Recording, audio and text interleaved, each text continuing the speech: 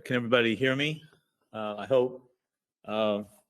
Thanks to my colleagues who are here, many of you on virtual, and to all my colleagues in Charleston, South Carolina, many of whom are practicing orthopedic surgeons for their stimulation over the year and the interaction over these new and challenging technologies.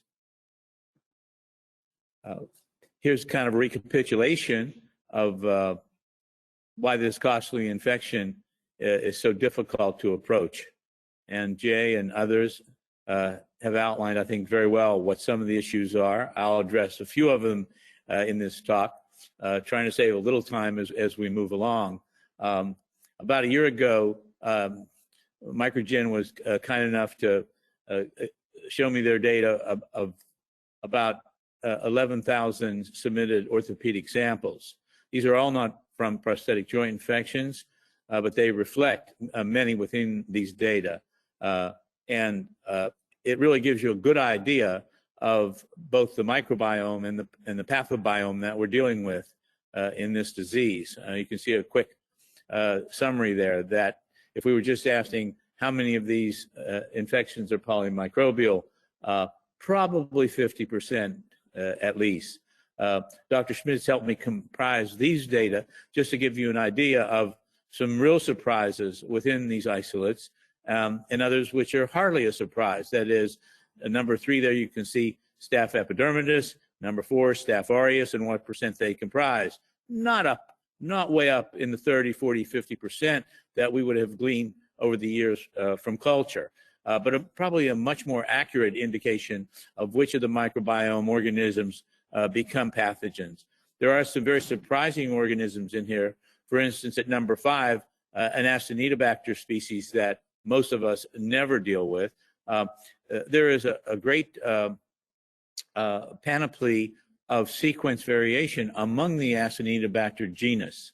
And that's probably important to emphasize, because in your culture reports that come back, you may just see Acinetobacter species. So it turns out that radio resistance is not that uncommon as you look across the board.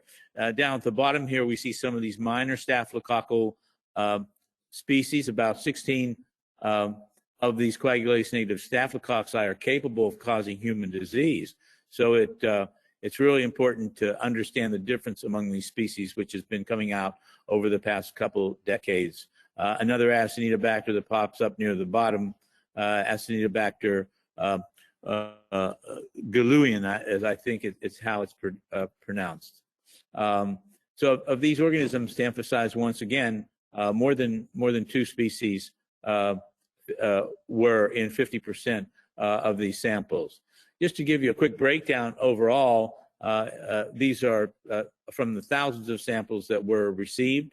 Most of these are orthopedic problems, assuming that the practicing orthopedist thinks this may be an infection. And here are the NGS data that we have coming out. You've seen this in the earlier slide. We don't understand Corynebacterium tuberculosis stearicum, but we're learning more about some of these minor organisms. Just think back 20 years ago for what we called Propionibacterium acnes and how that's evolved as a major pathogen, in particular in shoulder prosthetic joints. Going down the scale a little bit more here, because we haven't talked a lot about clinical microbiology today and infectious disease microbiology. It's very easy to grow Enterococcus faecalis. It pops up in a lot of your cultures. And in NGS, it's a player, not a major player, but it is a player. And then we have some of these very unusual species here. Staphylococcus hominis is very interesting because it is one of the coag negatives that occurs almost over most of our bodies. And then some of these other minor coagulase negative staphylococci, some of these that you don't recognize, even some unusual Corynebacterium, in this case, Corynebacterium striatum. And as we go down this list, again, some may be familiar to you and some not.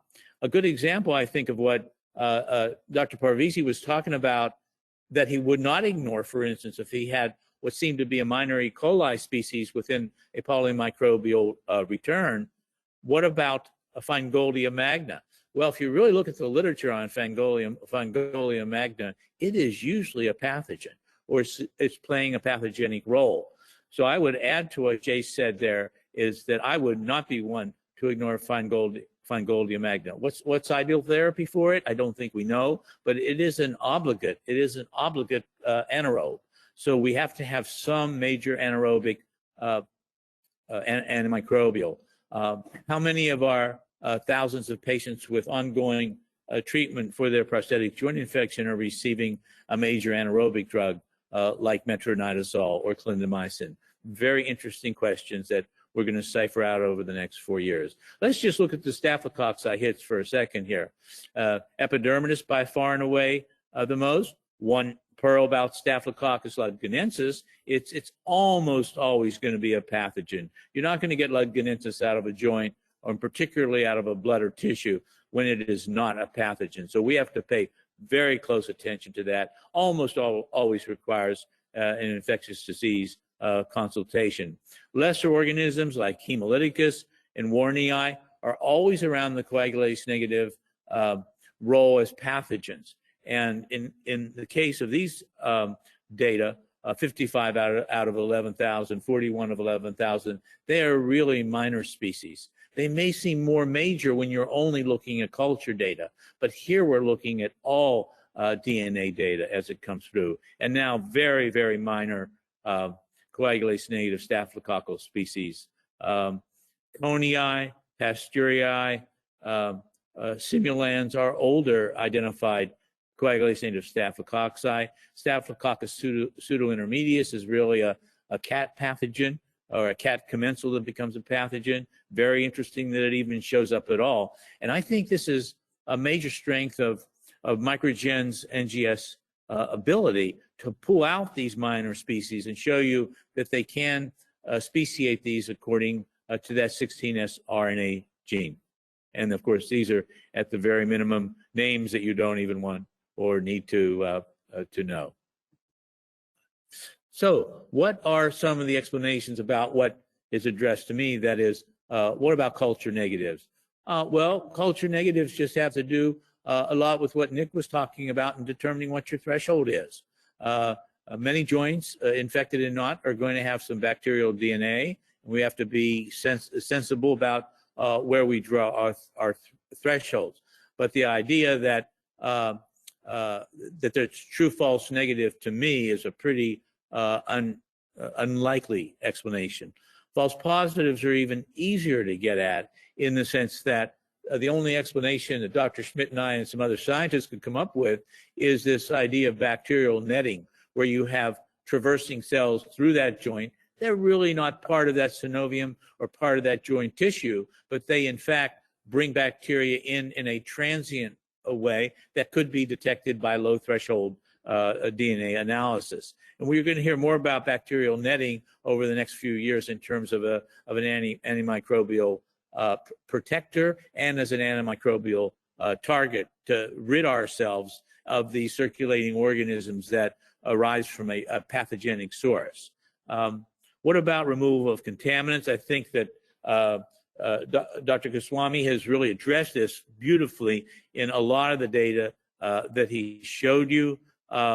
Removal of these contaminants really have to do with lab sampling, and I think they're doing a terrific job at Microgen in doing this. And then finally, we're confronted with a scope of these bacterial and fungal species. What do we do about them?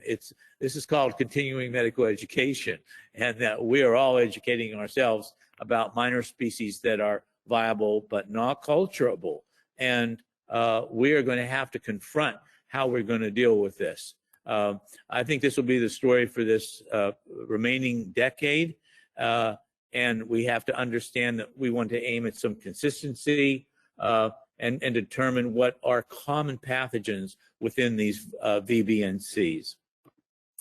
There is some order of recall. You may want to go back and remind yourself what sensitivity really means, what specificity really means, and then talk about your pretest odds based on those for deciding whether this is an infection or not. And one of the things that's been left out a lot, I think, from our discussion is the value of that orthopedic physical exam and your inclination of those of you out there of whether this is an infection or not. And I think Jay highlighted a lot when he talked about going back to Nick and saying, hey, this is a real infection. Go back and find me what might be the pathogen. In terms of new data on sensitivity and specificity, there's a new article out from UCSF and the group there looking at metagenomics carefully. And all I want to emphasize with all this writing on the wall here is that in looking at multiple, not necessarily orthopedic infections, the test sensitivity and specificity approach very acceptable levels. To me, near 80% or above, whether you were looking at nanopore or Illumina type DNA sequencing. One of the things that it really, I think, impresses you as you get into this field and start to deal with these rapidly returning reports are that there's such an advantage here for computational, the next to last bullet here, for computational analysis, enabling pathogen identification. Yes, we're going to be confronted by artificial intelligence, and we're going to have to deal with that as physicians, but hopefully this will be something that helps us when we look at these patterns of polymicrobial DNA in particular.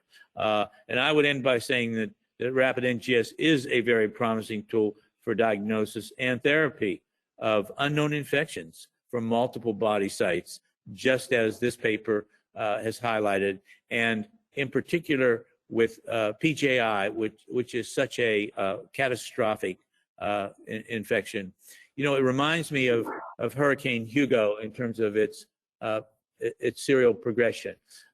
These prosthetic joint infections kind of come with a flurry of telephone calls. Say, Mr. Joyner he's just blown up his knee. I think we have acute infection here or whatnot. We deal with it in all the ways we've talked about this morning. But what's really important is what comes after the blow, the downed trees, the roofs that are gone, all those emotional and psychological elements of a chronic infection. And with that, I want to thank all my colleagues. I want to thank Karen Gatswani in particular for his tremendous analysis and help in analyzing these data. And I want to thank Microgen in particular for being very persevering in this field, and hopes that we all can grow and learn as we move along. Thanks very much. Back to Dr. Parvizi.